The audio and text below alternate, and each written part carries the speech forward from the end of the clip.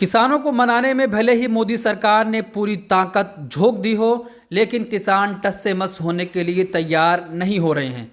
बुधवार शाम को हुई प्रेस कॉन्फ्रेंस में किसान नेताओं ने कहा है कि उन्हें केंद्र सरकार की ओर से भेजा गया प्रस्ताव कतई तौर पर मंजूर नहीं है और वे अपने आंदोलन को और भी तेजी से जारी रखेंगे। मोदी सरकार को अब सूझ नहीं रहा है कि आखिर वो करे तो क्या करे।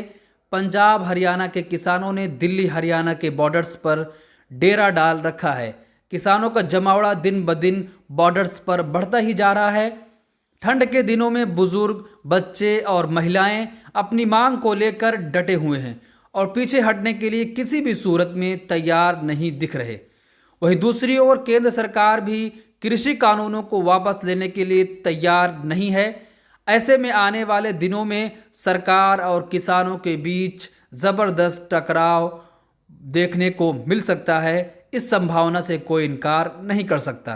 बुधवार सुबह केंद्रीय कैबिनेट की बैठक बुलाई गई। बैठक के बाद सरकार ने किसानों को इन कानूनों में संशोधन का प्रस्ताव भेजा। यह पहली बार हुआ जब केंद्र सरकार की ओर से लिखित में आधिकारिक रूप से कोई प्रस्ताव किसानों को भेजा गया हो, लेकिन अब किसानों ने भी इसे खारिज कर दिया है और कह दिया है कि हमें किसी भी सूरत में केंद्र सरकार का ये प्रस्ताव मंजूर नहीं है। जब तक ये कानून केंद्र सरकार वापस नहीं लेती है, तब तक हम दिल्ली के बॉर्डर्स को छोड़कर कहीं जाने वाले नहीं हैं। हमारा आंदोलन लगातार तेजी से बढ़ता ही जाएगा।